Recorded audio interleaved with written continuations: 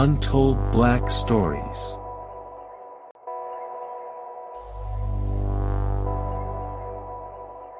They say you can't fake experience. That some things you only learn when it's your skin on the line, when the stakes are real. I've walked into rooms wired to blow, sat across from killers with nothing to lose, smiled at men who would slit my throat the second I blinked. And I made it out. Every single time. My name is Lieutenant Derek Bennett. I've served over a decade in law enforcement. 7 of those years were spent working deep undercover, infiltrating gangs, dismantling trafficking rings, bringing down men who believed they were untouchable. They called me a ghost. Not because I vanished, but because I appeared exactly where I was never supposed to be. Quiet. Controlled. Invisible. I've led operations that took years to plan, sometimes just for one clean takedown. I've watched dirty money pass through churches and children's charities. I've seen how evil wears a smile in daylight.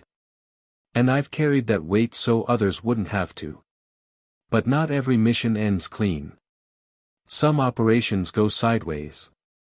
And some are destroyed by the very people who are supposed to have your back. This story, it's not just about the mission that failed. It's about betrayal. About a brother in uniform who didn't see me, just the color of my skin. His name was Officer Tom Whitaker. He didn't know me. Didn't care to. And because of him, a 2-year operation, one of the most critical of my career, collapsed in a matter of seconds. People died. I bled. And the truth? The truth almost got buried. But I'm still here.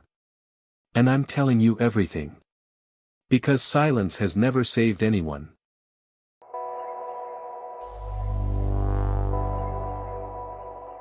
The morning felt like any other. No alarms ringing. No blood in the air. Just the dull gray of early light bleeding through the blinds of my apartment, and the quiet weight of a day I'd been preparing for longer than I care to admit. I moved on autopilot, black coffee, protein bar, loading my gear piece by piece with the same precision I'd practiced since my first day in the academy. Glock. Backup comm burner phone. Flash ID I hoped I wouldn't need. As I zipped up my jacket, I paused, just a second, and looked in the mirror. Not at my face. At my eyes. The kind of look that asked, "Are you still in this?" I didn't answer. Didn't need to. Because today, there was no room for doubt. I got to the precinct before sunrise. 5:47 sharp. The building buzzed low with tension, the kind only cops recognize, like ozone before a lightning strike. The silence before something explodes. Captain Riley Brooks was already there. Of course she was. No one outworked her. No one dared to try. She stood at the head of the briefing room table, jacket off, sleeves rolled, sipping bad coffee like it was fuel. When she saw me, she didn't smile, just handed me the dossier. Thick. Heavy.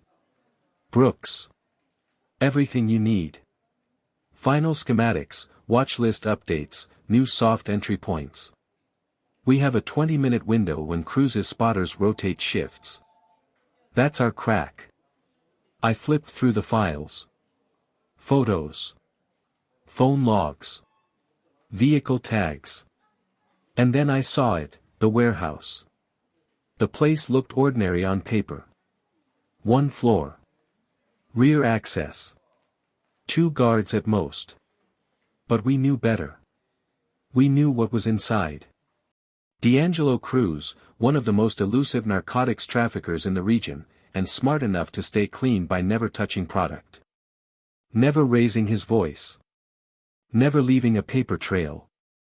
We'd spent 2 years chasing shadows. 2 years watching him burn lives while staying untouchable. That ended today. 6 o'clock, our task force gathered. 6 agents, 1 shot. Everyone here had a past worth hiding and a reason to get this right. Agent Mason, ex-military, ran logistics like a warzone op. Torres, surveillance and comms, didn't say much but always knew more than she let on. Nguyen and Lopez, inside breach team, former SWAT, sharp, silent. Jackson, my right hand, street smart, level-headed, and the only guy who ever beat me in a sparring match. We ran the final checks in the war room. Mason. External cams confirm limited movement. Same van showed up at 3:12, unmarked, but tinted windows. He's here. Brooks. Keep it surgical. One slip and we lose the whole network. I looked at my team, no fear, just focus. We weren't just cops today. We were a precision instrument, and I was the blade. By 6:28, we were rolling. The strike van pulled out first. Torres stayed behind to coordinate from HQ. I slid behind the wheel of an old beat-up sedan, comms live, mic hot. Parked 2 blocks east of the warehouse, just another car on a sleepy city street. It was almost beautiful. Sunlight creeping between the buildings. Kids waiting for the school bus. A woman walking her dog. No one had a clue what was about to go down. The voice in my ear snapped me back. Torres, over comms. Ghost 1, confirm position. Me. Ghost 1 in place. Eyes on the nest. No movement on my side. Torres. Copy. Hold until breach team signals green. 2 minutes out. My fingers tapped the steering wheel, not out of nerves, just rhythm. Just, habit. I took a breath. Then another. This was it.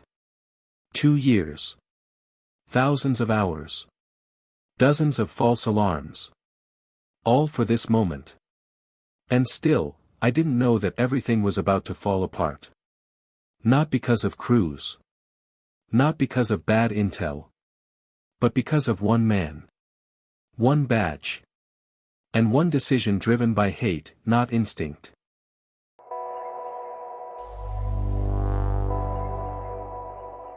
The comms crackled in my ear.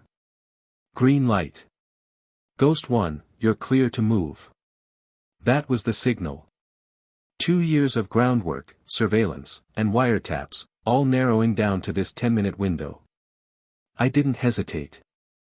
My hand found the door handle, slow and smooth, like always. No sudden moves. Stay low, stay sharp. Then. Headlights. They cut through the street like a blade. Bright.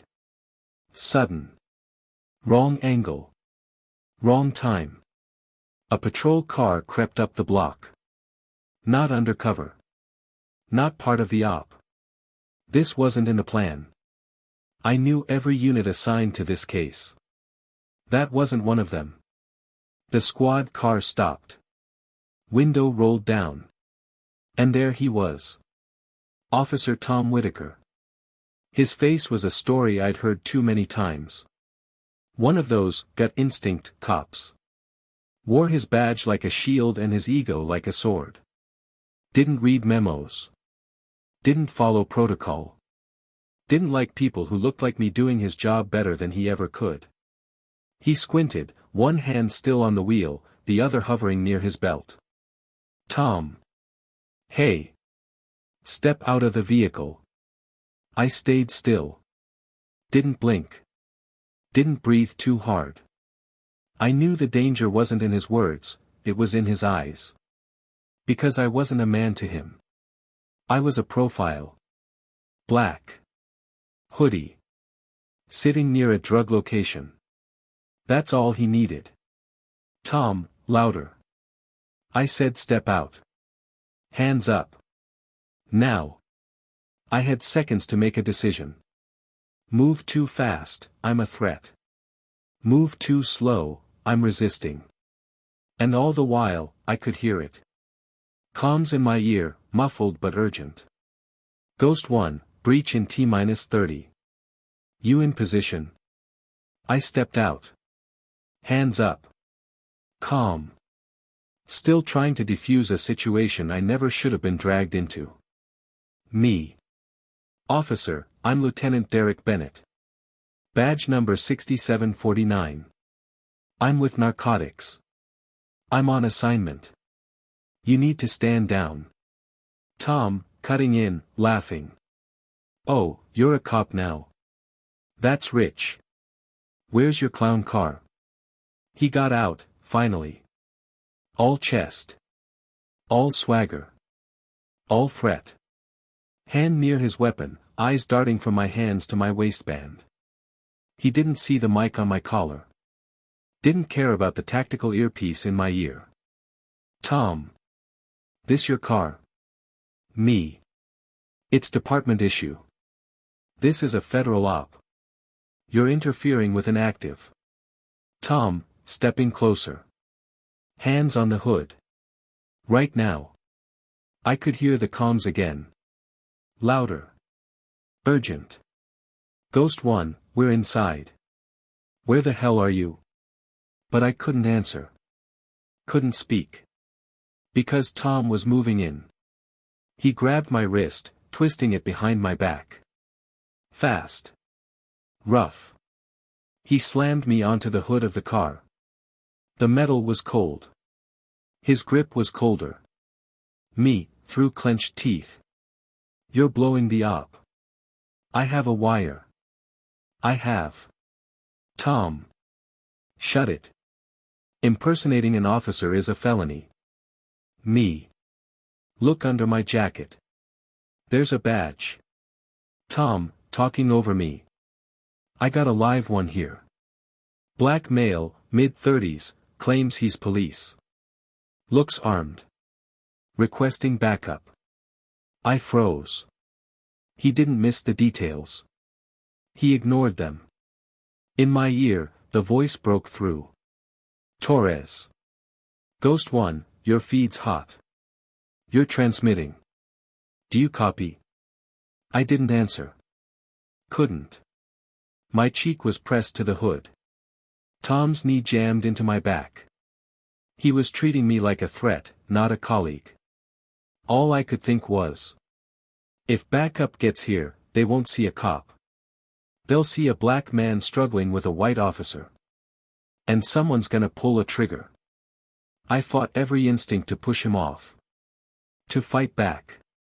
But I couldn't afford that. Not here. Not now. Tom. You got a nice setup here.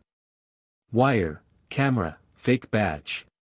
You rehearsed this little roleplay, huh? He had no idea how real it was. And that ignorance was about to kill the whole mission.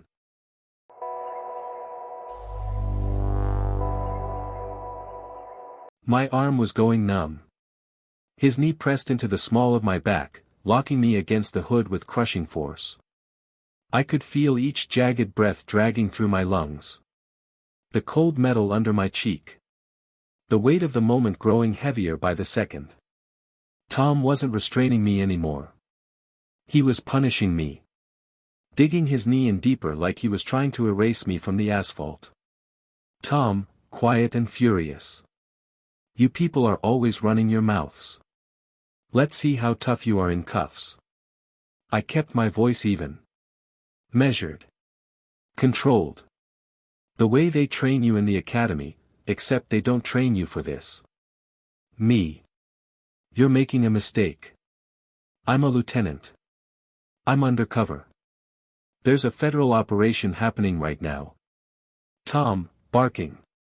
Don't you dare lie to me. And then it happened. His hand left my back. Shifted to his waist. To his holster. He wasn't yelling anymore. His breathing changed, short. Focused. Dangerous. I knew that change. I'd seen it before.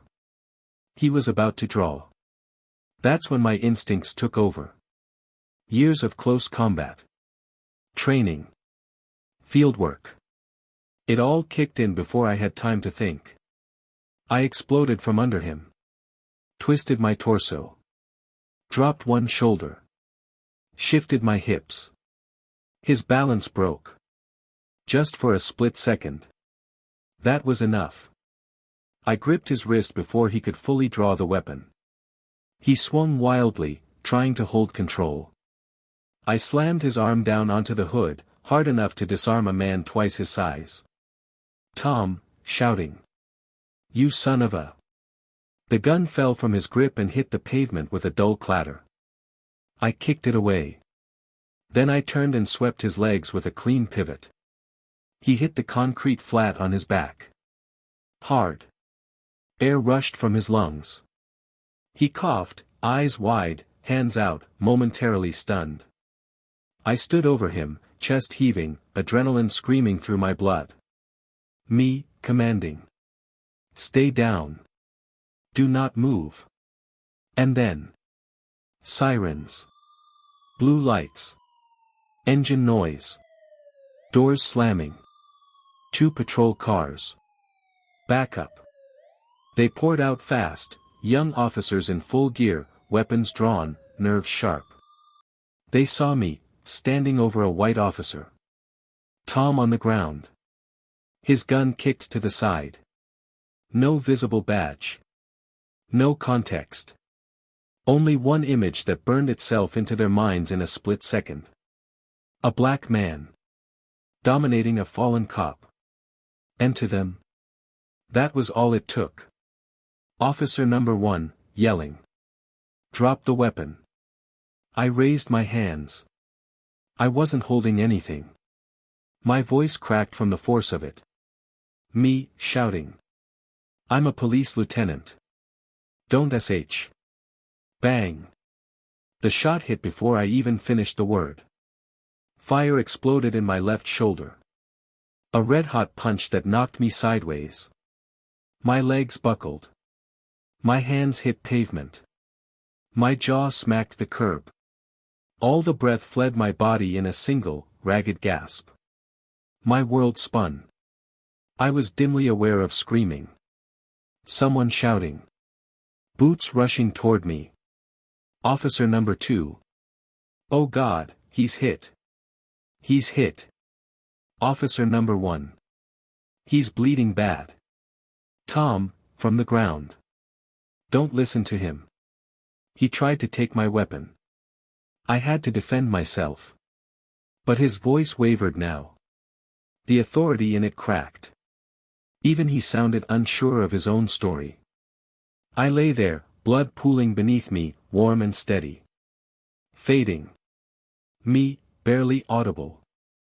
I'm one of you. But they weren't listening. They only saw what they wanted to see. And by the time the truth caught up, I was already on the ground. Bleeding. Shot. Erased.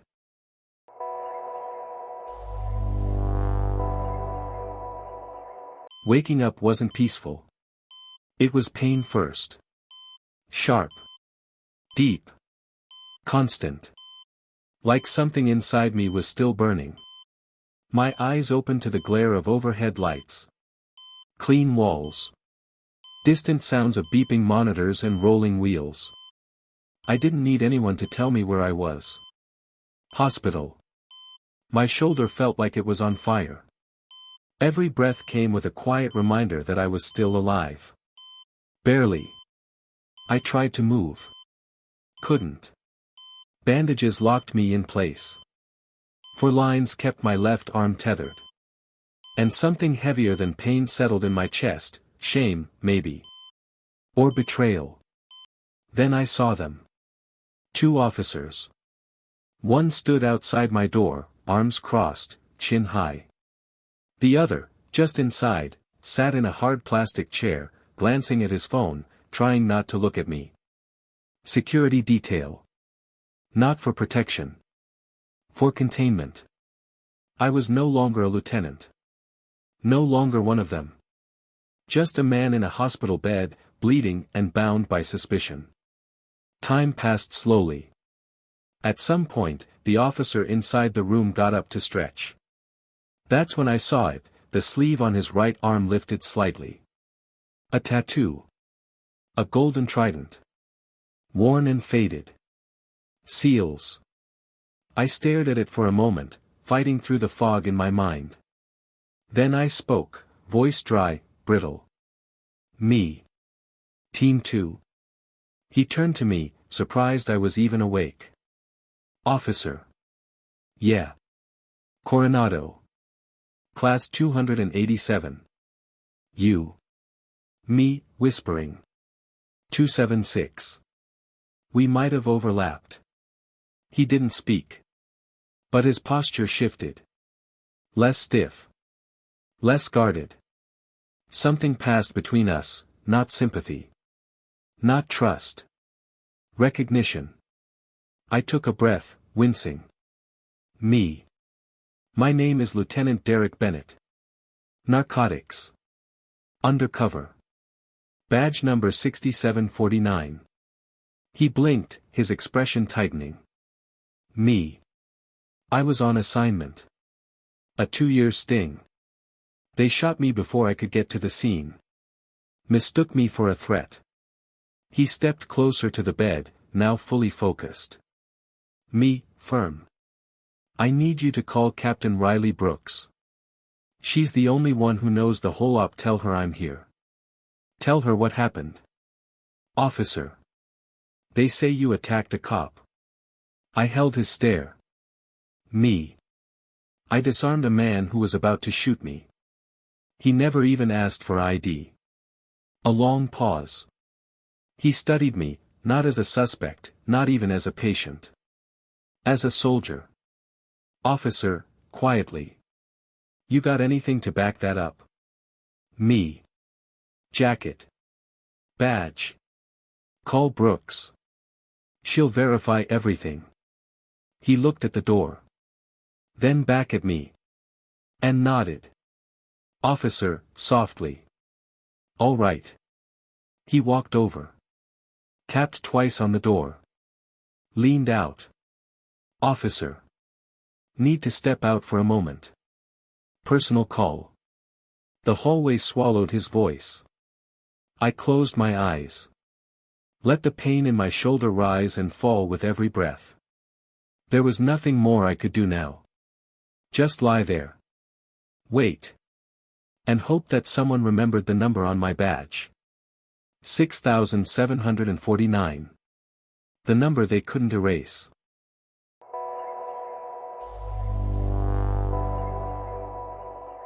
The knock was soft. Professional. Controlled. Like everything she did. Then the door opened. And there she was. Captain Riley Brooks. Hair tied back. Civilian coat over her uniform. Her eyes were sharp, not cold, but awake. Like a fuse had been lit somewhere deep inside her. She stepped in. Closed the door behind her. No words at first. Just silence. She looked at me, still half sedated, stitched up, locked to tubes. And then she pulled a chair to my bedside. Brooks, quietly. You're lucky to be alive. Her tone wasn't pity. It was rage, refined, tempered, held behind her teeth. Me. Feels more like I was left alive. She didn't answer that. Just stared for a moment longer. Then, finally, she broke. Brooks. They moved in without you. Thought you'd already breached through the alley. No comms. No backup. She shook her head, jaw tight. Brooks. They weren't ready. Cruz's men panicked. Shots were fired. Jackson was hit in the chest. A beat. Brooks. He bled out before the ambulance arrived. The room went silent. No machines. No footsteps. Just that sentence, sharp and permanent. Me, horse. Jackson trusted me to be there. Brooks. You were supposed to be. She didn't say it with blame. She said it like a fact. Like something neither of us could undo. I looked away. Tried to swallow the guilt, but it wouldn't go down. Me. They cuffed me while I was bleeding out. Like I was just some thug on the corner. Brooks. I know. Me. I told them who I was. Brooks, flat. They didn't care. She leaned forward now, elbows on her knees. Brooks. Internal Affairs has already opened the file. Whitaker's name is in red ink. His story's falling apart. There's already talk of suspension. Maybe worse. Me. Worse won't bring Jackson back. Brooks. No. It won't. She sat back. Brooks. When you're out, you're on leave. Full pay. Medical cleared. After that, whatever you want. Stay on. Transfer. Desk. Internal. I looked up at her. And I said it before I even realized I was going to. Me. I want to investigate them. Her brow lifted. Me. Cops like Whitaker. Incidents like mine. Every case they buried or mislabeled. I want in. She nodded. Not with permission. With agreement. Brooks. Then that's what you'll do. She stood. Brooks. You've still got work left, Lieutenant. And for the first time since that shot tore through my shoulder, I remembered why I joined the force in the first place. Not to wear a badge. But to defend the truth. Even when it meant turning it on our own.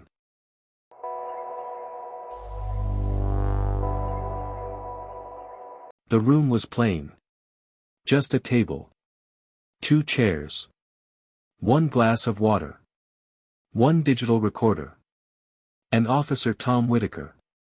He sat stiffly in his chair, arms folded, legs wide. Trying to project control.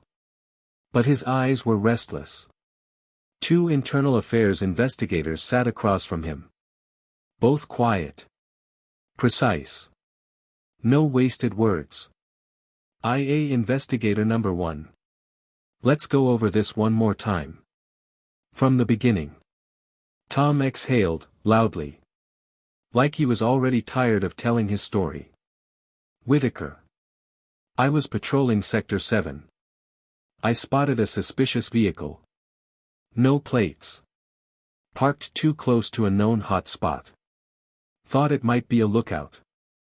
IA Number 2. You approached the vehicle alone. Whitaker. Yeah. Standard caution. Driver looked twitchy. Hoodie.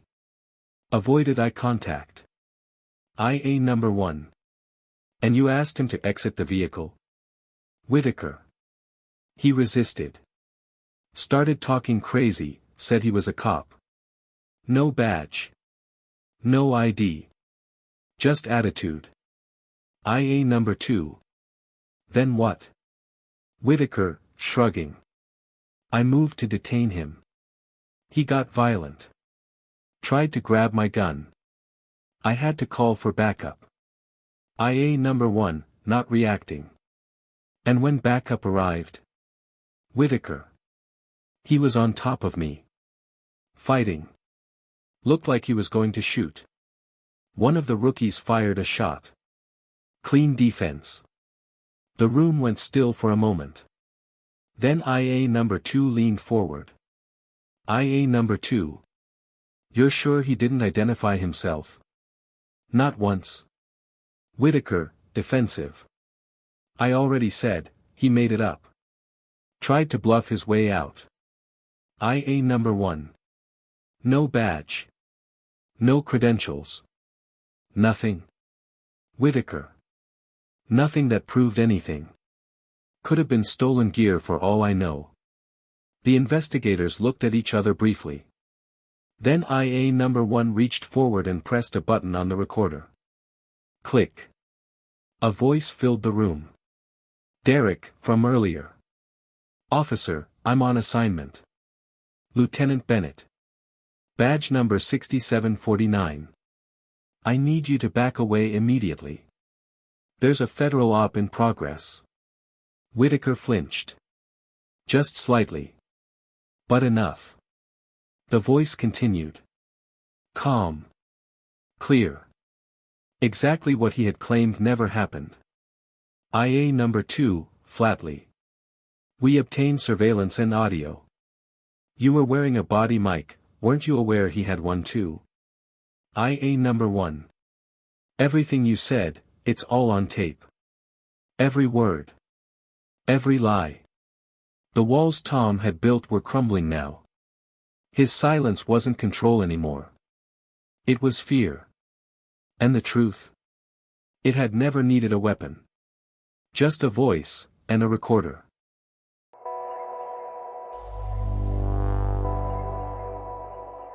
They didn't cuff him. Not yet. But when they walked Tom Whitaker out of the Internal Affairs building, his hands were clenched into fists. Not from pride. From panic. Gone was the swagger. Gone was the smirk. He didn't make eye contact with the cameras waiting outside. Didn't say a word to the reporters calling his name. But the headlines didn't need his voice anymore. They had the truth. On tape. He was placed on immediate unpaid suspension pending final disciplinary action. But that wasn't the real weight. The real weight was the word now stamped at the top of his file. Liability. Civil rights attorneys were circling. Federal oversight was being discussed. And his name, the name he once thought was protected by a badge, was now trending in the worst possible way. Meanwhile, I got a knock on my hospital door. 2 internal affairs officers. Suits. Tablets. No emotion. But they didn't ask if I was under arrest. For the first time. They asked if I was okay. They took my statement. Clean. Factual. No emotion. I gave them my badge number. I described the events, everything I remembered, from the moment I saw Tom's headlights until the flash of blue lights before the shot. They didn't interrupt. Didn't argue. Just listened. IA officer. You were calm. You identified yourself. Me, quietly. And it didn't matter. He didn't disagree. They closed the tablet. Stood to leave. But one of them paused. Looked at me, like he wanted to say something more. IA officer. You're not the only one. That hit different. Me. How many? IA officer. We're still counting. He gave a slight nod. And walked out. It wasn't justice. Not yet. But it was the start. And if they thought I was done. If they thought a bullet would end my voice. They were about to find out who I really was.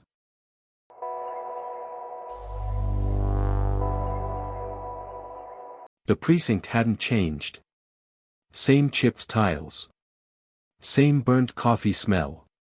Same desk sergeant who always chewed gum too loud. But I had changed. I walked through those doors, no badge on display, no weapon in sight. But all eyes found me anyway. Some turned away. Some stared too long. And some, the good ones, just nodded. Not with pity. With respect. It wasn't a triumphant return. There was no applause. No speeches. Just silence.